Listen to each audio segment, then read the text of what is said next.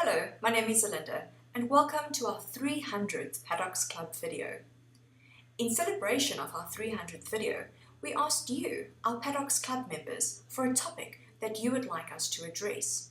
We thank you for the suggestions received, and in today's video we will be talking about the role of the chairperson of a general meeting in a sectional title scheme when ensuring that order is maintained during the course of the meeting. The chairperson of the trustees must preside as chairperson at every general meeting of the body corporate, unless the members decide otherwise.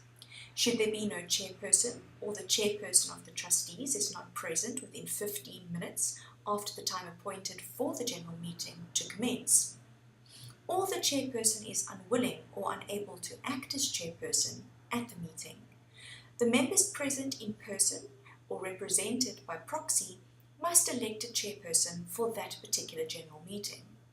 In the alternative, any proposal to nominate or elect a person to chair the general meeting, other than the chairperson of the trustees, must be tabled for member consideration and approval if required. Should such a proposal be met with any opposition, the reasons for the objection raised must be tabled, and if reasonable, the members are required to vote on the election of the chairperson for that meeting. The chairperson's role is a vital one at a meeting, and it is of utmost importance to ensure that the person undertaking this role is capable of doing so. At a general meeting, the chairperson must ensure that the meeting is conducted in an orderly manner in terms of the common law of meetings. Should it not be possible, due to any conduct of an attendee, to complete or continue with the business of the meeting, the chairperson must adjourn the meeting until order can be resumed, or for a new meeting to be called on fresh notice.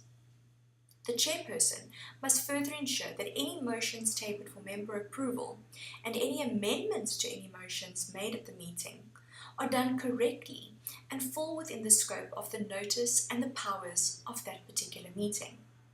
The chairperson must arrange that the scheme's rules, minute books, and any other documents relevant to the items of business on the agenda of the meeting are available for member review where required. In ensuring that order and the proper business of the meeting is conducted, the chairperson, whoever that person may be, must act fairly, impartially, and courteously to all attendees.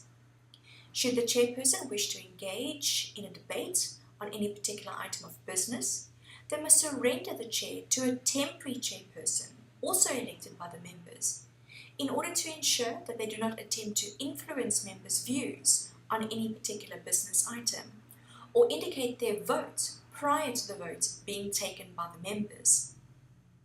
Thank you for watching this, our 300th video. If you are a Paddocks Club member, why not discuss this matter further with us on the discussion forum?